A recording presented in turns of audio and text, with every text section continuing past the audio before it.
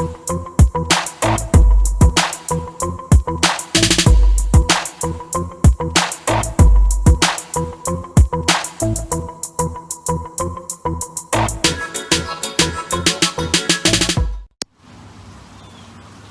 afternoon, my friends. Daisy Daniel here, coming to you every Monday and Thursday for an impromptu reflection and read from the book, The Language of Letting Go. It's a rainy day here in Florida. It's been raining all day, but it's still beautiful just to sit out and hear the rain. Maybe you can see it in the background. Nice, relaxing day to stay indoors. So what I do every Monday and Thursday is read a reflection that I am not familiar with. I go in order in this book. I'm over here already. Didn't do it from the beginning. Started doing it from when I got the idea to do these videos. And the reason I do these videos is to help you with your own personal development. I am a personal resilience life coach, a teacher, a blogger, and I share awareness on different topics that are important, I believe, for self-development. And so here we go. Today we are going to be on page 127, and it is entitled Intimacy. All right, let's go. We can let ourselves be close to people. Many of us have deeply ingrained patterns for sabotaging relationships. Some of us may instinctively terminate a relationship once it moves to a certain level of closeness and intimacy. When we start to feel close to someone, we may zero in on one of the person's character defects, then make it so big it's all we can see. We may withdraw or push the person away to create distance. We may start criticizing the other person, behaving in a behavior sure to create distance. We may start trying to control the person, a behavior that prevents intimacy. We may tell ourselves we don't want or need another person, or smother the person with our needs. Sometimes we defeat ourselves by trying to be close to people who aren't available for intimacy.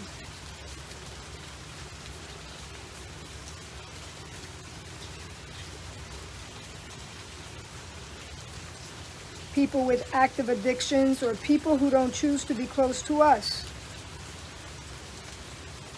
Sometimes we choose people with particular faults so that when it comes time to be close, we have an escape hatch.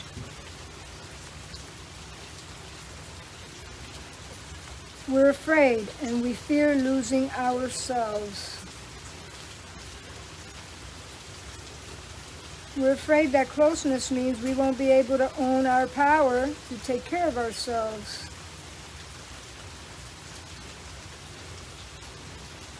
In recovery, we're learning that it's okay to let ourselves be close to people. We're choosing to relate to safe, healthy people, so closeness is a possibility.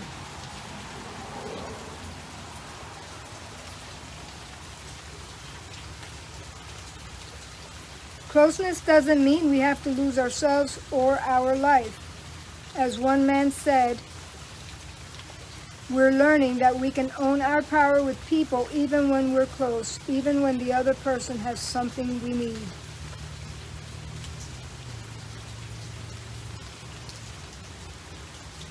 And here's the prayer at the end that she writes. Today, I will be available for closeness and intimacy with people.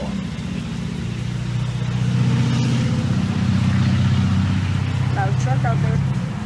When that's appropriate.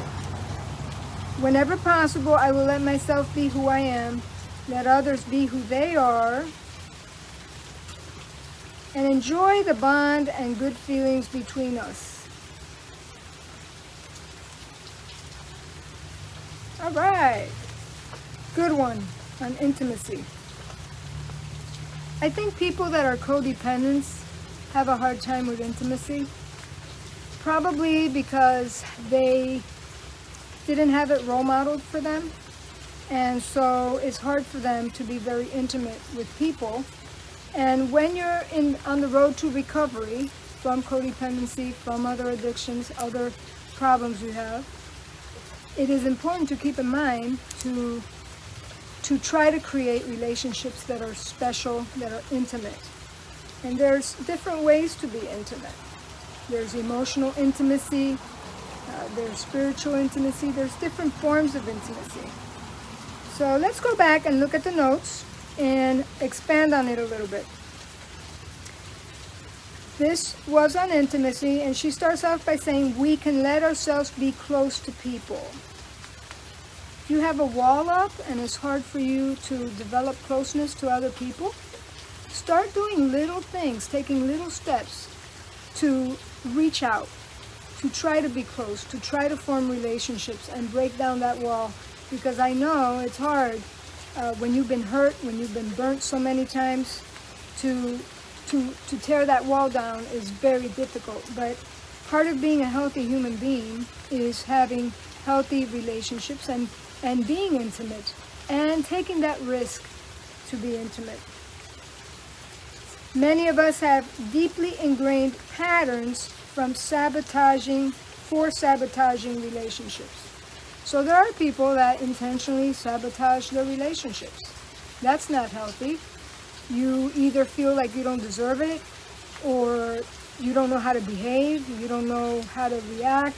If someone's actually showing you love and care, you don't know how to handle it because you haven't felt loved by other people, you haven't felt cared for. It's definitely an area that codependents need to work on. It's not an easy area to work on, but it's something to keep in mind and be mindful and notice how you behave when people try to get close to you, when people try to have a relationship with you. Notice what your reactions are. It says some of us may instinctively terminate a relationship once it moves to a certain level of closeness and intimacy. And that's the self-sabotaging part, because what if that person's in your life to have an intimate relationship with you and you sabotage it, you mess it up for yourself? That's not healthy. We start to feel close to someone and we may zero in on their character defects. Isn't that easy to do? And then just throw our hands up and say, oh, well, you know, they're just like my ex, or they're just like so-and-so. I'm not going to go down that road again. And you kind of don't even give the person a chance. I think we need to give people a chance and let that relationship develop. We may withdraw or push the person away to create distance. Yeah, what this reminds me of is, for instance, people who overeat because they're afraid to be intimate, and they actually, the fat on their body is like a shield away, you know, to keep people away, as if that's an awful thing. Some people who are overweight are very happy and probably have better intimate relationships than people who are thin. So it's really how you perceive yourself, and so that reminded me of that as I was reading this. We may withdraw or push the person away, create distance. We may start criticizing the other person to create distance. Wow. Notice if you start doing that once you start developing a closer relationship with people. You may start trying to control the person, which of course totally ruins intimacy. Nobody likes to be controlled. You may tell yourselves, we don't want or need another person, or smother the person with our needs. So relationships are supposed to be interdependent, not codependent. So if you feel like you can't live without a person, then you're codependent with them. I mean, you can love a person a lot, but you should never make any other person like God.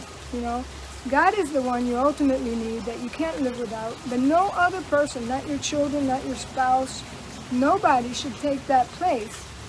And notice how you behave towards people when you're forming relationships. Do you tell yourself, I don't want that, or I don't need that person? or smother them with your needs. Those are all characteristics of a codependent. And it's all, the basis of it is control. You're still controlling what's going on instead of just relaxing, just letting the person be who they are, and learning to love them, and loving yourself in the process. Sometimes we defeat ourselves by trying to be close to people who aren't available for intimacy. That's a big one. Why is it we're attracted to those people who really don't care about us? Why is it we're always trying to get their approval, trying to get them to accept us, trying to get them to love us? Those are issues that we have within ourselves. We're not happy with ourselves, and that's why we do that. We choose either people with addictions or people who don't choose to be close to us. You know, we might want to be close to somebody, but guess what? That person might not want to be close to you. And you have to be able to catch the vibes, you know, and the things they're saying, how they're communicating with you, and don't be persistent in trying to make something happen that's not there. That happens a lot with people going through separation, and they try to reconcile, and they want to reconcile so bad that they start telling themselves lies, you know. Oh, you know, this person's trying, this person's really doing the work. But in reality, if you stop and you analyze it, they're not doing anything. And you're the only one working on yourself. You're the only one going to a therapist, looking for help. They're not doing anything. And, you know, they might take you out to dinner once in a while or buy you some flowers, but hey, that's not real intimacy. You could take yourself out to dinner and buy yourself flowers, really. You have to see what really is real intimacy and what steps they're taking to be intimate with you. Hey Marilyn, good to see you. Let's keep reading here. Sometimes we choose people with particular faults so that when it comes time to be close, we have an escape hatch. Wow, that's pretty intense right there. We're afraid and we fear losing ourselves. Yes. You know, I've been divorced now, it'll be 4 years in September, and actually 3 years. It'll be 3 years in September. And the furthest thing from my mind is getting, you know, into a relationship with somebody. Either dating, I don't date. I have no interest in that. I probably need more healing, more things I have to go through to feel more trusting of, you know, men in that way. But when you've been hurt a lot, it's absolutely a normal reaction. And like she said here, we're afraid of losing ourselves. When you go through the work of personal development and helping yourself recover from abuse and different traumas and dysfunctional families and everything that comes with that, don't just give it away to, you know, just any guy that comes along. And, you know, be proactive in being open for intimacy, but also don't rush ahead if you're not ready and you're not prepared for a relationship like that. I know I'm not. I might never be, actually. Sometimes what people go through is too difficult, and to try to do it all over again is just too much trouble. So let's see what else she says here. We're afraid that closeness means we won't be able to own our power, to take care of ourselves. In recovery, we're learning that it's okay to let ourselves be close to people. We're choosing to relate to safe, healthy people, so closeness is possible. I think safety is very important. You need to feel safe around the person. And if people are, you know, making you feel bad, just nitpicking, just constantly analyzing you, telling you what's wrong with you, that's not safe. It's not safe. And your heart feels it. You know, your heart feels whether or not you're in a safe relationship. And, you know, I have friends that go on dating apps and they date, you know, they go on, you know, all these sites and talk to people they don't know and actually meet with them and everything, I'm like, man, I'm nowhere close to doing anything like that. It's a lot of trust issues too that go with being a codependent. When you're a codependent, you don't trust people. And then once things turn really ugly in relationships, it's very hard to build trust again. Let's see here. Closeness does not mean we have to lose ourselves or our life. As one man said, we're learning that we can own our power with people even when we're close, even when the other person has something we need. I think that's beautiful. I think it's hard to find, but I think that's beautiful. You know, if someone could respect you enough to be your own person, and you could have an intimate relationship with people, whether it be friendship or, you know, with girlfriends, with friends that are guys, with family members, you know, I think the key is respect and letting them be them and you be you. You know, live and let live. That's a beautiful philosophy to live by. And here's her prayer at the end. Today I will be available for closeness and intimacy with people when that's appropriate. Whenever possible, I will let myself be who I am, let others be who they are, and enjoy the bond and good feelings between us. That's beautiful. You know, I do try to be intimate at different times with different people, and I'm one I'm very social, so I do reach out, I call people, I'll you know, invite them to do different things and do different things, but at the same time, I'm also cautious. And so I'm just curious, anybody out there listening, anything you want to chime in, type it in the comments, anything you'd like to talk about, this topic that has to do with intimacy. You're hearing this on the replay. I always go back, look and see if anyone left comments, and I'll expand on it. These videos, by the way, are on my website. If you have not been on there yet, it's www.mymomentslc.com. LC stands for life coaching. So do something today to be proactive in being more intimate with somebody. And you know what? If they reject you, which rejection is a fear we all have, you risk every time you try to be intimate with somebody, whether it be family members, your children, friends, co-workers. It's definitely a risk, but it's a good exercise to get in the habit of, and just do little things to try to stay open to being intimate with people, because we need it. Relationships are very important. So this was a very good read. Let's see what we're going to read on Monday. On Monday, the topic is property lines. All right, that's going to be interesting, I am sure.